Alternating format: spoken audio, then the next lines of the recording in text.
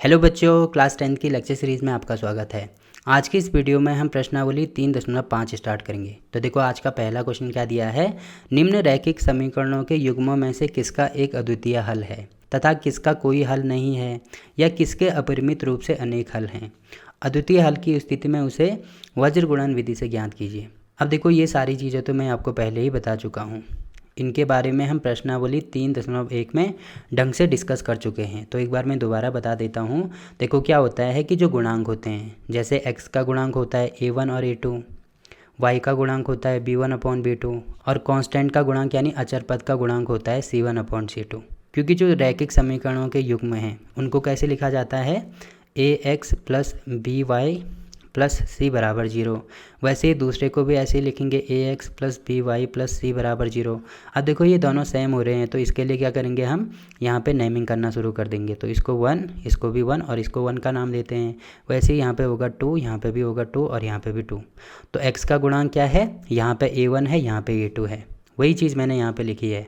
तो अगर मैं इनका अनुपात निकालता हूँ, इन तीनों का अगर मैं अनुपात निकालता हूँ, तो ये तीनों अगर बराबर होंगे, इनका अनुपात अगर बराबर होगा तो उस कंडीशन में उससे क्या कहते थे हम, समपाती रेखाएं कहते थे। समपाती का मतलब एक रेखा है उसके ऊपर दूसरी रेखा है, मतलब दोनों रेखाएं एक दूसरे को ओवरलैप कर रही हैं। अब देखो ये रेखाएं एक दूसरे को ओवरलैप करने का मतलब क्या है, रेखा अनेक पॉइंट से मिलकर बनी होती है।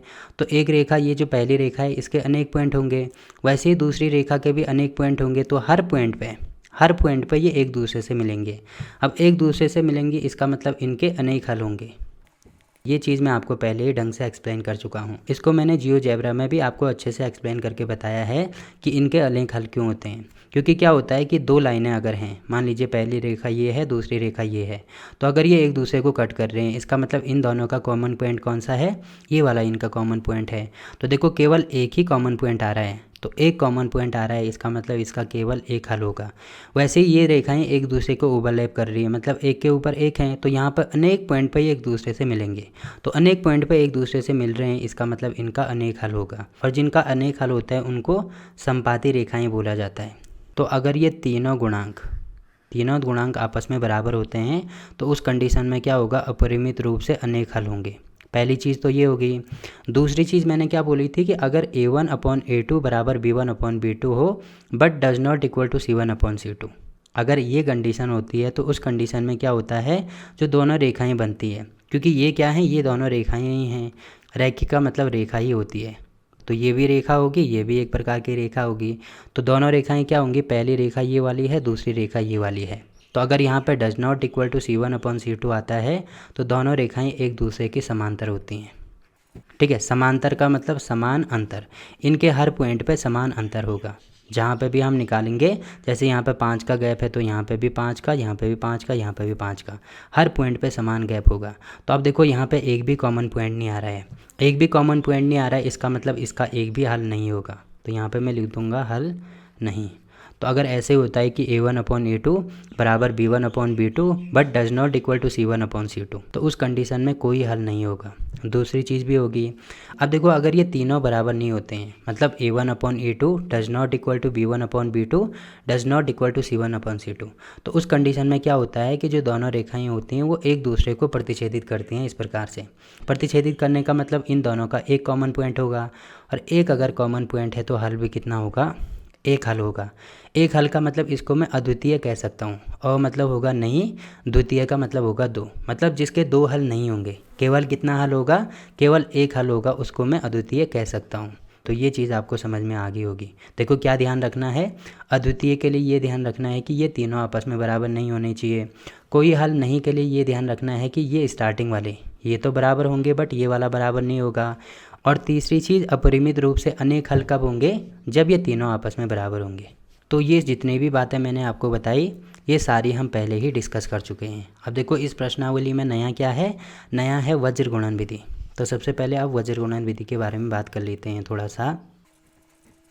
देखो रैखिक समीकरण निकालने के लिए मैंने आपको स्टार्टिंग के 3 मेथड बता दिए। पहला कौन सा है, पहला ग्राफ विधि है, ग्राफ विधि के द्वारा भी हमने रैखिक समीकरण को निकाला। दूसरा है प्रतिस्थापन विधि, इसके द्वारा भी हमने रैखिक समीकरण को ज्ञात किया। और तीसरा होता है विलोपन विधि, इसके द्वारा भी हमने रैखिक समीकरण को ज्ञात करना सीखा है। तो ये तीनों विधि हम कर चुके हैं। आज हम वज्र गुणन विधि के द्वारा रैखिक समीकरणों को ज्ञात करना सीखेंगे। तो सबसे पहले इसके बारे में जानते हैं कि हमें इसमें x और y की वैल्यू कैसे निकालनी होती है। ठीक है, क्योंकि रैखिक समीकरण को हल करने का मेन मोटिव क्या होता है, यहाँ पे मुझे x और y की वैल्यू निकालनी होती है। तो कैसे करेंगे, इसके लिए कुछ चीज़ें आपको पता होनी चाहिए। जैसे कि सबसे पहले रैखिक समीकरण क्या होती है, ax plus by plus c बराबर 0। अब देखो इसमें जो जो भी गुणांक हैं, मतलब जैसे x का गुणांक क्या है, x का गुणांक a है, वैसे ही y का गुणांक क्या है, y का गुणांक b है, और यहाँ पे कुछ नहीं है तो यहाँ पे गुणा में 1 लिख सकता हूँ। तो अब देखो 1 का गुणांक क्या हो गया, 1 का गुणांक हो गया c। तो ये जितने भी गुणांक हैं a, b और c, तो ये मैंने यहाँ पे लिख दिया है। अब जैसे अगर मुझे x की वैल्यू चाहिए तो यहाँ पे मैं लिख दूंगा x अपॉन, केवल अभी मैं x की बात कर रहा हूँ, मुझे x की वैल्यू चाहिए। तो x की वैल्यू चाहिए तो मैं x का गुणांक छोड़ दूंगा, तो बचा क्या क्या, एक तो b बचा, एक c बचा, मतलब जो भी गुणांक बचेंगे। तो b और c बचा तो यहाँ पे मैं लिख दूंगा b और c। ठीक, वैसे ही b और c मुझे 2 बार लिखना होगा, तो यहाँ पे भी मैंने लिख दिया b और c। तो इतनी चीज़ें होगी। अब मुझे y की वैल्यू अगर चाहिए, अब जैसे मैंने x की वैल्यू निकालने के लिए इसके ठीक नीचे मतलब x का गुणांक छोड़ा, वैसे ही y की वैल्यू निकालने के लिए अब मैं y का गुणांक छोड़ दूंगा, मतलब अब मैं b छोड़ दूंगा। तो क्या क्या बचा हमारे पास, a और c। अब देखो इसमें एक इम्पॉर्टेंट चीज़ आपको ये ध्यान रखनी है, ये बहुत इंपॉर्टेंट है। ठीक है, क्या ध्यान रखना है कि इसमें सीक्वेंस में चलेगा, मतलब पहले यहाँ से यहाँ जाएगा, उसके बाद यहाँ से यहाँ जाएगा। अब यहाँ पे आगे कुछ नहीं है तो ये जो c है दोबारा यहाँ आ जाता है, तो इस प्रकार से सीक्वेंस में चलेगा। तो पहले देखो कहाँ से कहाँ गया, यहाँ पे आप देख रहे होंगे b और c, तो मतलब यहाँ से लेकर यहाँ गया, तो b और c की वैल्यू हमने निकाली। वैसे अब मैंने क्या बोला, y की वैल्यू निकालने के लिए मैंने b छोड़ा, तो b छोड़ा तो क्या क्या होगा, c और a, मतलब a और c की वैल्यू मुझे यहाँ पे लिखनी होगी। अब a और c ऐसे नहीं लिख सकते, मैंने बोला सीक्वेंस में इसको लिखना होगा, तो पहले c आएगा तब a आएगा। जैसे यहाँ पे मैंने लिखा है पहले c फिर a, ऐसे सीक्वेंस में चलना है। ठीक है, तो यहाँ पे पहले c आएगा उसके बाद a आएगा, वैसे ही यहाँ पे भी c, यहाँ पे भी a। तो देखो सेम टू सेम, जैसे मैंने b और c 2 बार लिखा वैसे ही मैंने c और a 2 बार लिख दिया। अब देखो अगर मुझे 1 की वैल्यू निकालनी है, तो 1 की वैल्यू निकालने के लिए मैं क्या कर दूंगा, यहाँ पे x की वैल्यू निकालने के लिए मैंने इसके ठीक नीचे जो भी नंबर था वो छोड़ दिया, वैसे ही y की वैल्यू निकालने के लिए मैंने ये वाला छोड़ दिया। अब 1 की वैल्यू निकालने के लिए मैं ये वाला छोड़ दूंगा, तो क्या क्या बचा हमारे पास, a और b। और मैंने क्या बोला, ऐसे सीक्वेंस में चलना है, तो यहाँ से लेकर हम यहाँ पे आ गए थे, तो यहाँ से इस प्रकार से चलेंगे, मतलब पहले a आएगा फिर b आएगा, तो यहाँ पे हो जाएगा ए बी। ठीक है, ए बी कितनी बार लिखना है, 2 बार लिखने हैं, सब 2 बार लिखे तो ए बी भी मैंने 2 बार लिख दिया। अब यहाँ पे माइनस का साइन लगा दो, यहाँ पे भी माइनस का साइन, यहाँ पे भी माइनस का साइन। अब नंबरिंग ज़रूर कर दो, पहले होगा 1 फिर 2 फिर 2 1 1 2 2 1 1 2 2 1। ठीक है, तो इतनी चीज़ें हो गई, और यही फॉर्मूला है वज्र गुणन विधि द्वारा x और y को निकालने का। ये चीज़ आपको ऐसे याद रखना है। देखो याद रखने का तरीका मैंने क्या बताया, एक बार मैं दोबारा बता देता हूँ। सबसे पहले तो हमने यहाँ पे रैखिक समीकरण लिखी। अब जैसे x का गुणांक क्या होता है, a होता है, तो यहाँ पे मैंने इसके ठीक नीचे a लिख दिया। वैसे ही y का गुणांक होता है b, तो यहाँ पे मैंने b लिख दिया, और 1 का गुणांक होता है c, तो यहाँ पे मैंने c लिख दिया। अब मुझे x की वैल्यू निकालनी है, x की वैल्यू अगर मुझे निकालनी है तो मैं x का ही गुणांक छोड़ दूंगा, मतलब मैं a छोड़ दूंगा, उसके बाद क्या बचा, b और c। तो b और c को गुणा करके मैंने यहाँ पे लिख दिया bc और bc, मतलब 2 बार लिख दिया मैंने, अगर मुझे x की वैल्यू निकालनी है। ये हो गया। वैसे ही अगर मुझे y की वैल्यू निकालनी है, तो y की वैल्यू निकालनी है तो y का गुणांक b है, तो अब मैं b छोड़ दूंगा, तो क्या क्या बचा हमारे पास, एक तो a बचा, एक c बचा, तो यहाँ पे हो जाएगा a और c। बट आपको यहाँ पे ac नहीं लिखना है, अगर ac लिखेंगे तो हमारा आंसर गलत हो जाएगा। इसमें इंपॉर्टेंट चीज़ मैंने क्या बोली थी, आपको क्या ध्यान रखना है, इसमें हमें सीक्वेंस में चलना है, मतलब पहले यहाँ से यहाँ जाएंगे, उसके बाद यहाँ से यहाँ जाएंगे, और यहाँ पे आगे कुछ नहीं है तो फिर दोबारा यहीं हम वापस आएंगे। जैसे मुझे सबसे पहले x का गुणांक निकालना है, तो मैंने a छोड़ा तो क्या बचा हमारे पास, b और c बचा, तो मैंने b और c क्या बताया, सीक्वेंस में चलना है, मतलब पहले b आएगा उसके बाद c आएगा, तो यहाँ पे हमारा सीक्वेंस में है b और c। देखो यहाँ पे सीक्वेंस में है bc और bc, ये सीक्वेंस में है। वैसे ही y की वैल्यू निकालने के लिए मैंने क्या छोड़ा, अब y का गुणांक मतलब b छोड़ दिया, तो क्या क्या बचा हमारे पास, a और c बचा। अब इसमें भी सीक्वेंस में चलना है, तो पहले c आ रहा है तब आ रहा है a, ठीक है, क्योंकि ए बी बी सी और फिर सी ए वापस आएगा, तो यहाँ पर सी और ए, तो तो इसको ऐसे लिखेंगे हम सी ए, क्योंकि पहले सी आएगा उसके बाद ए आएगा। तो यहाँ पे लिखेंगे सी ए और सी ए कितनी बार, 2 बार। जैसे हमने ये भी 2 बार, ये भी 2 बार लिख दिया। अब मुझे एक की वैल्यू निकालनी है, तो क्या करेंगे हम, एक की वैल्यू निकालने के लिए मैं ये छोड़ दूंगा, मतलब एक का गुणांक जो है उसको छोड़ दूंगा। तो क्या बचा हमारे पास, ये 2 गुणांक बचे, मतलब एक तो एक ए बचा और एक बी बचा। तो इसको भी मुझे सीक्वेंस में लिखना है, तो पहले ए आएगा उसके बाद बी आएगा। तो यहाँ पे ए बी है, तो ए बी और ए बी, ये भी मैंने 2 बार लिख दिया। अब क्या करेंगे, बीच में माइनस का साइन लगा दो, यहाँ पे भी, यहाँ पे भी और यहाँ पे भी। फिर यहाँ पे होगा 1 2, फिर होगा 2 1, फिर होगा 1 2, फिर होगा 2 1, फिर होगा 1 2, फिर होगा 2 1। और यही फॉर्मूला है वज्र गुणनखंड विधि द्वारा एक्स और वाई को निकालने का। ठीक है, तो आई होप कि ये चीज़ आपको समझ में आई होगी। अब देखो इसमें इतनी चीज़ें तो हमने निकाल दी। इसमें एक चीज़ और ये ध्यान रखनी है, जो कि मैंने पहले भी आपको बोली होगी, कि जो ग्राफ विधि है, ग्राफ विधि, उसके द्वारा सभी प्रकार की लाइनों का हल निकाला जा सकता है।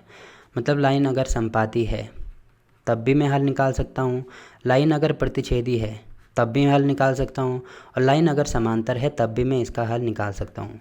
बट जो बाकी के 3 मेथड हैं, जैसे कि पहला कौन सा है, प्रतिस्थापन विधि, दूसरा है विलोपन विधि और तीसरा है वज्र गुणन विधि, इनके द्वारा केवल जो प्रतिच्छेदी रेखाएं होती हैं उन्हीं का हल निकाला जा सकता है। प्रतिच्छेदी रेखा का मतलब क्या है, कि 2 रेखाएं एक दूसरे को इस प्रकार से काट रही हैं, तो यहाँ पर केवल एक हल निकलता है, क्योंकि इनके द्वारा मैं x की भी केवल एक ही वैल्यू निकाल सकता हूँ, वैसे y की भी केवल एक ही वैल्यू निकाल सकता हूँ, और वैसे ही जो प्रतिच्छेदी रेखा होती है उसका भी केवल एक ही हल निकलता है। तो जो प्रतिस्थापन विधि है, विलोपन विधि है और वज्र गुणनखंड विधि है, इनके द्वारा हम केवल इसी रेखा को सॉल्व कर सकते हैं। मतलब प्रतिच्छेदी रेखाएं जो होंगी उन्हीं का हल निकाला जा सकता है। और प्रतिच्छेदी रेखाएं ज्ञात करने का तरीका मैंने आपको क्या बताया था, कि जो एक्स वाई के गुणांक है, मतलब a1 बराबर b1/b2 बराबर c1/c2, अगर ये तीनों आपस में बराबर नहीं है तो वो रेखाएं क्या होती हैं, प्रतिच्छेदी रेखाएं होती हैं। तो वज्र गुणनखंड विधि को सॉल्व करने से पहले हमें ये चेक करना होगा कि वे अगर तीनों बराबर नहीं हैं तभी मैं उस पर वज्र गुणनखंड विधि लगा सकता हूँ। अगर इनमें से कोई भी एक बराबर होता है, जैसे अगर ये दोनों बराबर होते हैं और ये बराबर नहीं होता, तब भी मैं वज्र गुणनखंड विधि का यूज नहीं कर सकता, क्योंकि यहाँ पे बराबर हो गया, इसका मतलब वो रेखाएं क्या हो जाएंगी, समांतर हो जाएंगी। और अगर दोनों बराबर होते हैं, ये भी बराबर इसके, ये भी बराबर इसके, तो वे रेखाएँ समपाती होती हैं।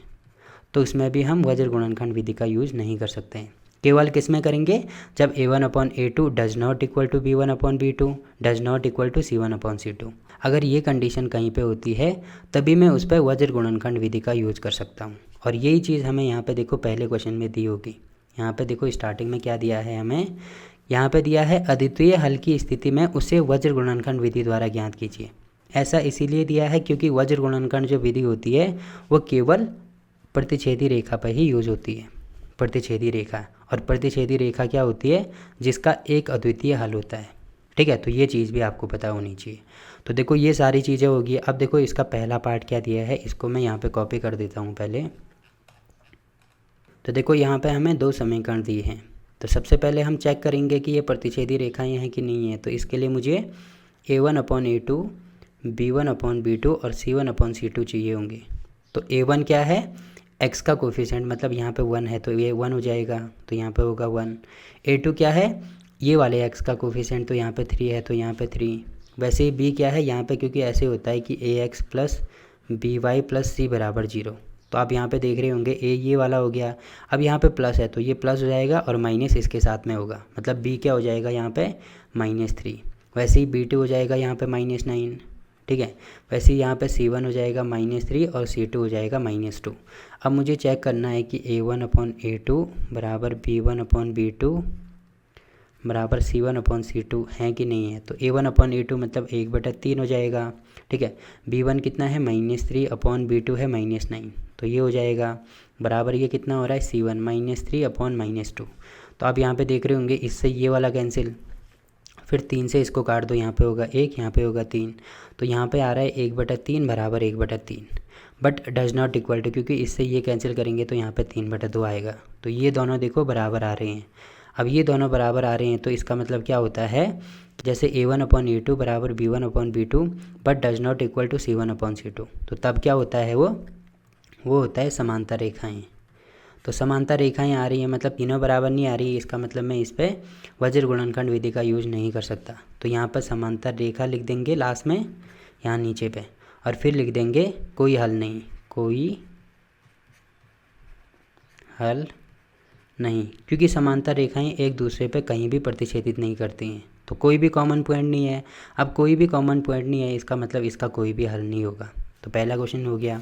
अब देखो दूसरा क्वेश्चन क्या दिया है, देखो इसमें भी हमें ये दो समीकरणें दी हैं। तो सबसे पहले इसको इधर लेके आएंगे, पहले इसको ax + by + c = 0 इस फॉर्म में लेके आएंगे। तो यहाँ पे मैं लिख सकता हूँ 2x + y, इसको इधर लेके आएंगे तो -5 हो जाएगा और बराबर में 0। वैसे ही यहाँ पे होगा 3x + 2y, और इसको भी इधर लेके आएंगे तो यहाँ पे प्लस है तो यहाँ आके माइनस हो जाएगा बराबर 0। अब A1/A2 मतलब A1 A2 B1 B2 और C1 C2 की वैल्यू निकाल दो। तो A1 यहाँ पे है 2 तो यहाँ पे हो जाएगा 2, A2 यहाँ पे है 3 तो यहाँ पे भी 3 हो जाएगा, यहाँ पे कुछ नहीं है तो 1 मानते हैं तो ये हो गया 1, B2 है 2 तो ये 2 हो जाएगा। C1 यहाँ पे -5 है तो ये भी -5, C2 यहाँ पे -8 है तो ये -8। अब A1/A2 बराबर B1/B2 बराबर C1/C2, इसको चेक करेंगे तो ये हो जाएगा A1/A2 मतलब 2/3, तो ये हो जाएगा 2/3 बराबर ये हो जाएगा 1/2 बराबर ये हो जाएगा -5/-8। तो इससे मतलब माइनस से माइनस कैंसिल, तो ये देखो तीनों बराबर नहीं आ रहे हैं। तो तीनों बराबर नहीं आने का मतलब क्या है, ये प्रतिच्छेदी रेखाएं हैं, प्रतिच्छेदी रेखा है। तो इसको मैं अद्वितीय हल कह सकता हूँ, अद्वितीय हल। तो तीनों बराबर नहीं आ रहे हैं इसका मतलब मैं इस पर वज्र गुणनखंड विधि का यूज कर सकता हूँ। अब वज्र गुणनखंड विधि का यूज कर सकते हैं तो उसके लिए मैंने क्या बताया था, x और y की वैल्यू निकलेंगी। तो वैल्यू निकलेंगी तो x और y की वैल्यू निकाल दो। तो कैसे निकालेंगे, निकालने का तरीका मैंने बताया था कि अगर मुझे x की वैल्यू चाहिए तो यहाँ पे क्या करते हैं, x का कोफिशिएंट कौन सा है एक बार मैं दोबारा बता देता हूँ, क्योंकि बार बार बताने से आपको ये चीज़ रटनी नहीं पड़ेगी, आपको ये बड़ी आसानी से याद हो जाएगी। तो यहाँ पे मैं लिख देता हूँ पहले रैखिक समीकरण ax by और c = 0। तो x के लिए यहाँ पे x का कोफिशिएंट a, y के लिए y का कोफिशिएंट b, यहाँ पे कुछ नहीं है तो 1 मानते हैं तो 1 के लिए इसका कोफिशिएंट है c। तो अगर मुझे x की वैल्यू चाहिए तो a को मैं छोड़ दूंगा, बचा कौन, b और c। तो सीक्वेंस में मुझे चलना है इस प्रकार से, तो b और c कर देंगे तो यहाँ पर हो जाएगा bc और bc। वैसे ही अगर मुझे y की वैल्यू चाहिए तो यहाँ पर क्या हो जाएगा, y का कोफिशिएंट छोड़ देंगे, मतलब b मैंने छोड़ दिया तो क्या बचा हमारे पास a और c। तो a और c बचा, मतलब सीक्वेंस में मुझे चलना है तो a से b की ओर जाते हैं, फिर b से c पे, अब c पे आगे कुछ नहीं है तो फिर दोबारा a पे आते हैं। तो a c मुझे चाहिए तो यहाँ पे क्या है, पहले c है फिर a है तो यहाँ पे हो जाएगा c a, वैसे ही यहाँ पे होगा c a। अब मुझे a की वैल्यू चाहिए तो a का क्या है, c है, तो c को छोड़ देंगे, फिर क्या बचा हमारे पास a b। अब देखो पहले a है फिर b है तो सीक्वेंस में है, यहाँ पे मैं a b और ए भी लिख सकता हूँ।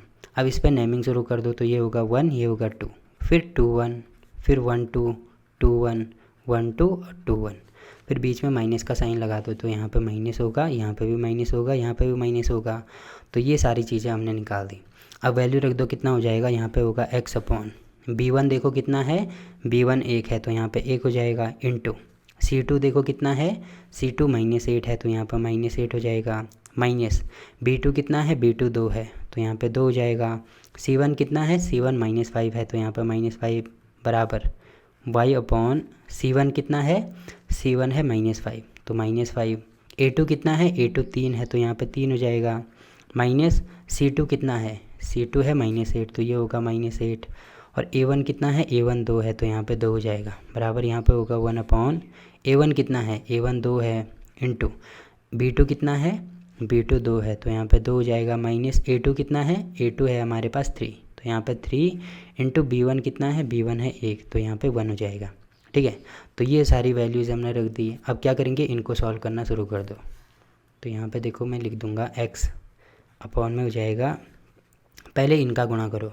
तो यहाँ पे आप देख रहे होंगे ऐसे है 1 इंटू -8, तो ये माइनस है और ये वाला प्लस है तो प्लस इंटू माइनस तो क्या होता है, माइनस होता है, तो साइन तो माइनस का आएगा। फिर 8 गुणा 1 तो ये होगा 8, तो यहाँ पे मैं लिख दूंगा -8। वैसे ही इसके साथ में भी होगा, ये यहाँ पे माइनस है, यहाँ पे माइनस है, तो माइनस माइनस का तो प्लस हो जाएगा। और 5 गुणा 2 तो ये होगा 10 बराबर। वैसे ही y के नीचे क्या क्या चीज़ें हैं, ये माइनस है, ये प्लस है, तो प्लस माइनस का माइनस 5 गुणा 3 तो ये होगा 15। अब देखो ये माइनस है, ये भी माइनस है, तो माइनस माइनस का प्लस हो जाएगा। 8 गुणा 2 तो ये होगा 16 बराबर। यहाँ पे कितना हो जाएगा, 1 ये होगा 2 गुणा 2 तो ये होगा 4 माइनस 3। अब देखो मैं क्या कर दूंगा, यहाँ पे है x बटे में 10 माइनस 8, मतलब 10 में से 8 माइनस करेंगे तो यहाँ पे होगा 2। वैसे ही यहाँ पे है y 16 में से 15 माइनस करो, यहाँ पे होगा 1, और यहाँ पे 1 है, इसमें से ये माइनस करो, यहाँ पे होगा 1। ठीक है, तो ये सारी चीज़ें होगी। अब देखो इनका मतलब क्या है, पहले मैं इसका मतलब आपको समझा देता हूँ। इसका मतलब ये होता है कि मैं इसको इसके बराबर भी कर सकता हूँ या इसको इसके बराबर भी कर सकता हूँ। पहली चीज़ तो ये हो सकती है। वैसे ही इसको इसके बराबर भी किया जा सकता है और इसको इसके बराबर भी किया जा सकता है। दूसरी चीज़ तो ये होगी, वैसे ही इसको इसके बराबर भी किया जा सकता है और इसको इसके बराबर भी किया जा सकता है। ये तीसरी चीज़ होगी। तो इसमें आप कुछ भी कर सकते हैं, बट आपको ये ध्यान रखना है, जैसे यहाँ पे अगर मुझे केवल x की वैल्यू चाहिए तो यहाँ पे क्या होना चाहिए, बाकी दूसरा मेरे पास कोई भी चरपद नहीं होना चाहिए। जैसे यहाँ पे है x/2। अब देखो बराबर अगर मैं y/1 करता हूँ तो यहाँ पे ये दूसरा चरपद आ गया। वैसे बराबर तो कर सकते हैं, इसके बारे में थोड़ी देर में डिस्कस करेंगे, पहले इनकी वैल्यू निकालते हैं। तो ये चरपद है। अब मुझे राइट हैंड साइड में ऐसे देखना है जहाँ पे चरपद नहीं हो। तो देखो यहाँ पे तो चरपद है, तो इसके बराबर नहीं कर सकते। वैसे कर सकते हैं पर फिलहाल के लिए नहीं कर सकते हैं। ठीक है, तो नहीं कर सकते। बाकी कौन सा बचा, ये वाला बचा, मतलब x/2 बराबर करेंगे हम 1/1 के। तो यहाँ से हमें डायरेक्ट वैल्यू मिल जाएगी, x की डायरेक्ट वैल्यू मिल जाएगी। कितना होगा, इसका गुणा यहाँ कर दो तो ये होगा 2/1, जिसको कि मैं 2 लिख सकता हूँ। तो देखो मुझे x की डायरेक्ट वैल्यू मिल गई। कितनी है, x बराबर 2। वैसे ही y के साथ में भी कर सकते हैं। तो यहाँ पे है y/1, तो y/1 बराबर क्या होगा, 1/1। अब मुझे y की वैल्यू चाहिए तो कितना हो जाएगा, इसका गुणा यहाँ कर दो, मतलब 1। तो देखो यहाँ से मुझे डायरेक्ट वैल्यू मिल गई, x बराबर 2 और y बराबर 1। अब देखो वैसे करने के लिए इन दोनों को भी बराबर किया जा सकता है। इसको भी मैं एक बार आपको समझा देता हूँ क्या होगा। जैसे यहाँ पे है x/2 बराबर y/1, तो बराबर किया जा सकता है। कैसे किया जा सकता है, अब जो चरपद हैं उनको अलग लेके आओ, तो यहाँ पे होगा x/y, और जो अचरपद हैं उनको अलग लेके आओ, तो इसका गुणा ऊपर करेंगे तो यहाँ पे होगा 2/1। अब x की वैल्यू, मतलब ऊपर वाले की वैल्यू ऊपर वाली होती है और नीचे वाली की वैल्यू नीचे वाली हो जाती है। मतलब यहाँ पे होगा x बराबर 2 और y बराबर कितना हो गया, 1 हो गया। तो आप यहाँ पे देख रहे होंगे कि x की वैल्यू 2 आ रही है, y की वैल्यू 1 आ रही है। बट ये हर केस में सही नहीं आती है। क्यों नहीं आती है, क्योंकि ये इन दोनों का अनुपात है। x और बटे का मतलब होता है अनुपात, मतलब x अनुपात y अगर मुझे निकालना है तो ये हो जाएगा 2:1। अब देखो ये अनुपात का मतलब क्या होगा, इसको मैं आपको यहाँ पे समझाता हूँ। जैसे यहाँ पे x/y बराबर यहाँ पे है 2/1, बट यहाँ पे 2/1 को छोड़ के जैसे यहाँ पे होता 16/8, 16/8 होता तो तब हम क्या करते, तब भी ये वैल्यू कितनी आती, 2 आती और 1 आती। क्यों आती, जैसे आप यहाँ पे देख रहे होंगे कि ये मैंने लिख दिया x/y बराबर 16/8, तो x की वैल्यू इस पे जाएगी और y की वैल्यू इस पे जाएगी। मतलब यहाँ पे x बराबर होगा 16 और y बराबर होगा 8। बट अगर मैं इसको 8 से काटता हूँ तो यहाँ पे होगा 1 और यहाँ पे होगा 2। तो जब 16 और 8 थी वैल्यू, तब भी कितना आ रहा है, x बराबर 2 आ रहा है और y बराबर कितना आ रहा है, 1 आ रहा है। तो आप यहाँ पे देख रहे होंगे कि यहाँ पे तो मुझे 16 मिल रही है x की वैल्यू, बट यहाँ पे 2 मिल रही है। वैसे ही यहाँ पे y की वैल्यू 8 मिल रही है, यहाँ पे y की वैल्यू 1 मिल रही है। अब देखो ऐसे अलग अलग वैल्यू क्यों मिल रही है, क्योंकि ये इनका अनुपात है। अनुपात का मतलब ये होता है कि लास्ट में काट के हमें ऐसे मिल गया जिससे कि हम इसको और छोटा नहीं कर सकते हैं। जैसे 2/1 है तो 2/1 को काट के हम और छोटा नहीं कर सकते हैं। तो ये जो अनुपात होता है ये लास्ट में जो हमारी फाइनल वैल्यू होती है। ऐसे भी हम कह सकते हैं कि इन दोनों का लास्ट में जो HCF होता है वो 1 के बराबर होता है। तो ऐसे कह सकते हैं कि ये दोनों जो संख्याएं हैं ये सहअभाज्य हो जाती हैं। इसके बारे में हम कभी आगे डिस्कस करेंगे। तो अभी आपको क्या ध्यान रखना है कि इसीलिए हम क्या करते हैं, यहाँ पे इन दोनों को बराबर नहीं करते हैं, डायरेक्ट क्या करते हैं बराबर। इसकी वैल्यू मतलब एक मेरे पास चरपद है तो राइट हैंड साइड में मुझे अचरपद चाहिए, यहाँ पे अचरपद है। वैसे ही यहाँ पे चरपद है और यहाँ पे अचरपद है, तो इसकी वैल्यू इसके बराबर कर दो तो डायरेक्ट मुझे x की वैल्यू मिलेगी। वैसे ही इसकी वैल्यू इसके बराबर कर दो तो डायरेक्ट मुझे y की वैल्यू मिल जाएगी। ठीक है, इन दोनों को बराबर हमें नहीं करना है यहाँ पे, तो रीज़न भी आपको पता चल गया होगा। तो ये हो गया हमारा पहला क्वेश्चन। अब देखो इसमें दूसरा क्वेश्चन क्या दिया है, देखो इसको मुझे सॉल्व करना है। तो सबसे पहले इसको ax plus B Y plus C की फॉर्म में लेके आओ, तो इसको इधर लेके आएंगे तो यहाँ पे होगा 3x माइनस 5y माइनस 20 बराबर होगा 0 के। वैसे ही यहाँ पे भी होगा 6x माइनस 10y माइनस 40 बराबर होगा 0। अब मुझे a1 a2 b1 b2 ये चीज़ें चेक करनी है, c1 c2। तो देखो यहाँ पे क्या हो जाएगा, a1 कितना है 3 है तो यहाँ पे 3 होगा, a2 6 है तो यहाँ पे 6 हो जाएगा, यहाँ पे -5 है तो -5, फिर -10, फिर -20 और फिर -40। अब ये चेक करेंगे कि ये बराबर आते हैं कि नहीं आते हैं। तो यहाँ पे b1 b2 c1 c2, तो a1/a2 मतलब 3/6, तो यहाँ पे होगा 3/6 बराबर -5/10, ये भी -5/10 माइनस 20/40, तो ये हो गया। अब इनको काटना शुरू कर दो, तो यहाँ पे होगा 1, यहाँ पे होगा 2, तो ये आ रहा है 1/2 बराबर, इससे ये कैंसिल, इससे इसको काट दो, ये होगा 1/2, तो ये भी होगा 1/2, इससे ये कैंसिल, इससे ये काट दो, फिर इससे ये काट दो, तो ये भी हो रहा है 1/2। तो तीनों आपस में बराबर आ रहे हैं। तीनों आपस में बराबर आने का मतलब ये जो रेखाएँ होंगी ये समपाती रेखाएँ होंगी। समपाती का मतलब पहली रेखा है, इसी के ऊपर दूसरी रेखा है। तो देखो हर पॉइंट पे ये एक दूसरे से मिल रहे हैं, तो हर पॉइंट पे एक दूसरे से मिल रहे हैं मतलब बहुत सारे कॉमन पॉइंट होंगे, अनंत कॉमन पॉइंट होंगे, तो इनके हल भी कितने आएंगे, हल जो होंगे वो भी अनंत होंगे। ठीक है, अनंत हल। अब देखो अनंत हल है मतलब इसको मैं सॉल्व नहीं कर सकता, क्योंकि x और y की हमें इसमें केवल एक ही वैल्यू मिलती है, जबकि यहाँ पे बहुत सारी वैल्यूज़ मिल रही हैं। अब देखो ये अनंत क्यों आ रही है, इसका रीज़न भी मैं आपको बता देता हूँ। जैसे कि आप यहाँ पे देख रहे होंगे, अगर मैं यहाँ से 2 कॉमन लेता हूँ, तो यहाँ पे मैंने 2 कॉमन ले लिया, फिर यहाँ पे क्या हो जाएगा, यहाँ पे बचा 3x, वैसे ही यहाँ पे बचा 5y और यहाँ पे बचा -20। तो अगर मैं 2 को नीचे लेके जाऊँ, या ऐसे होता है कि 2 बराबर, यहाँ पे जैसे गुणनखंड निकालते थे 2, तो इसको भी 0 के बराबर करते थे, इसको भी 0 के बराबर करते थे, तो यहाँ पे 2 बराबर होगा 0, तो 2 तो 0 के बराबर नहीं हो सकता, तो ऐसे हो जाएगा कि 2 डज नॉट इक्वल टू 0। वैसे ही होगा 3x माइनस 5y माइनस 20 बराबर 0। तो इसका क्या निकाल दिया हमने, 2 गुणनखंड निकाल दिए, ये तो हो नहीं सकता, मतलब इसकी वैल्यू इसके बराबर होगी। ठीक है, अब देखो ये और ये दोनों समीकरणें क्या होती हैं, क्या हो रही हैं, सॉरी, दोनों समीकरणें बराबर हो रही हैं। बराबर होने का मतलब जहाँ पे पहली रेखा होगी वहीं पे दूसरी रेखा आएगी। ठीक है, तभी ये क्या है, समपाती हैं। ये वाले क्वेश्चन को भी सॉल्व नहीं कर सकते, इतनी चीज़ें आप यहाँ पे लिख देना। अब देखो अगला क्वेश्चन क्या दिया है इसमें, देखो इसमें भी सबसे पहले हम a1/a2 या a1 a2 b1 b2 और c1 c2 इनकी वैल्यूज़ निकालेंगे। तो देखो क्या क्या चीज़ें हो जाएंगी, यहाँ पे a1 है यहाँ पे 1, वैसे ही a2 है 3, b1 है -3, b2 है -3, वैसे ही c1 है -7 और c2 है -15। तो यहाँ पे हो जाएगा a1/a2 बराबर b1/b2 बराबर c1/c2। तो a1/a2 मतलब 1/3, b1/b2 मतलब -3/-3, c1/c2 मतलब -17/-15। तो इससे ये कैंसिल, इससे ये कैंसिल, यहाँ पे होगा 1, तो 1/3 बराबर नहीं होता है 1 के। वैसे ही इससे ये कैंसिल, यहाँ पे होगा 7/15, तो ये बराबर नहीं होता है इसके, तो तीनों बराबर नहीं आ रहे हैं। तो तीनों बराबर नहीं आने का मतलब ये कैसी रेखाएं होंगी, प्रतिच्छेदी रेखाएं होंगी।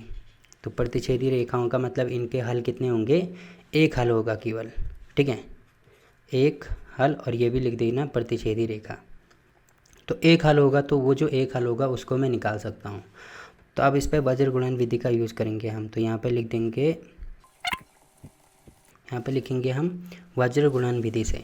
तो वज्र गुणन विधि क्या होती है, जैसे अगर मुझे x की वैल्यू निकालनी है, तो x का कोफिशिएंट a है, तो a को छोड़ देंगे तो बचा क्या, b और c, तो b और c, b और c।